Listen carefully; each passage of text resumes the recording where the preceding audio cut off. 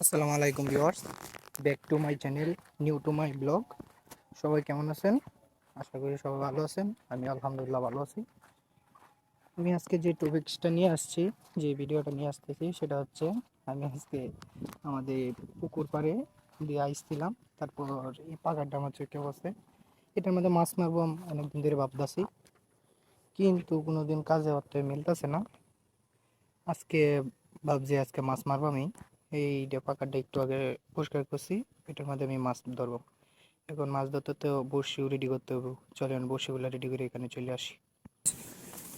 সীসা কিন্তু রেডি করে ফেলছি, বড়শিও একদম রেডি। এখন মাছ মারার ফালা। কথা হইতাছে, কালকে বিকালে বাজার থেকে দুইটা বড়শি আনছি 10 টাকা দিয়া, আর 10 টাকা সুতা আনছি। এখানে যাইছে 20 টাকা, আর শীতল আনছিলাম 20 টাকার, 40 টাকা। আর আমার আইতে যাইতে গাড়ি ভাড়া লাগছিল 10 টাকা। এখন আইতে যাইতে গাড়ি ভাড়া লাগছিল 10 টাকা, সব মিলে 50 টাকা। এখন আমি মাছ মেরে দেখবাম কত টাকা করতে পারি। দেখবো 50 টাকার মাছ নিই, মারতে পারি। এটাই আপনাদের সাথে দেখানোর চেষ্টা করবাম। গাইজ, এই যে এটা হইতাছে সীসা, আর এটা হইতাছে হইলো যদি মাছ পাই তাহলে মাছ এটার মধ্যে রাখবাম। এই যে আমার শীতল, এটা দিয়া মাছ টুপটি লাগাইম। এই যে আমার কাঙ্ক্ষিত বড়শি, বড়শি দিয়ে। এখানে একটা সমস্যা আমি দেখতে পারতেছি, যদি এখান থেকে যদি মাছ ধরে, যদি আমি উপর দিকে টান দিই, যে এনে লাগিয়ে যাওয়ার সম্ভাবনা আছে। এটা নিয়ে একটু চিন্তিত। আর এখানে মাছ ধরবে কিনা আমি আদৌ জানি না। যদি ধরে আমি আপনাদেরকে ভিডিওতে দেখানোর চেষ্টা করব। দেখেন, এটা অন্ত আরেকটা বিষয়, যে অনেকে বলবেন এই যে বড়শির মধ্যে এটা কি লাগাইলাম। যারা বড়শি দিয়ে কখনো মাছ মারেন নাই, যারা গ্রামে থাকেন না শহরে যারা থাকেন, তারা এটা কখনো বুঝবেন না। যখন টুপটা দিয়ে বড়শিতে পানিতে ফালবো, যদি মাছে ধরলে এটা নিচে যাবে, তাহলে বুঝবো আর কি এটার মধ্যে মাছ ধরছে, নাহলে তো আর বুঝবো না। বড়শি আমি ফালছি, কিন্তু দুঃখের বিষয় মাছে এখনো একটা টুহুরা দেয় নাই। টুহুর দিছি বুঝবাম কিবা। এই যে দেখেন কচুরি পানাটা দেখতেছেন, জাম্বুরি যেটা বলি, এই কচুরি পানাটার নিজ যাইলে বুঝবাম মাছে টুকরাই যাচ্ছে।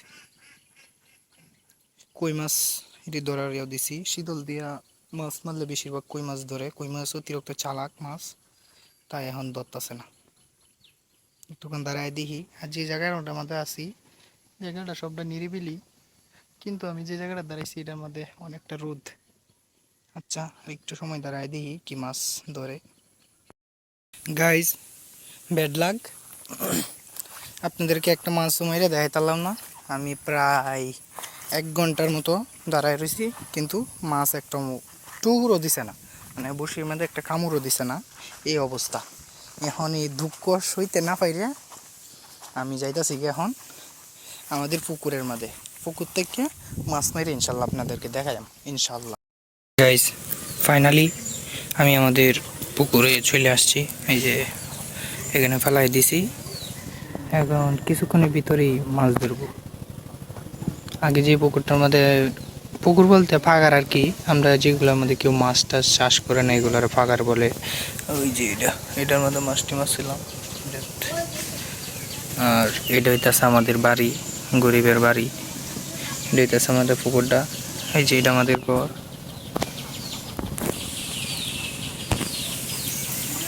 পুকুরও সেম অবস্থা, মাছের টুকুর টুকুর দেয় না।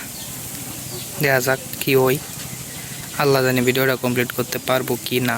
আমার ভিডিও ধরার মতো কোনো লুক নাই। আমি এক হাত দিয়ে ভিডিও করি, আর এক হাত দিয়ে আমার ভিডিও কাজগুলো চালায় যাই, তাই ভিডিও এতটাও সুন্দর হয় না। এটা আমার চ্যানেলের দ্বিতীয় ভিডিও। সবাই পাশেই থাকবেন, আমার সাথে থাকবেন।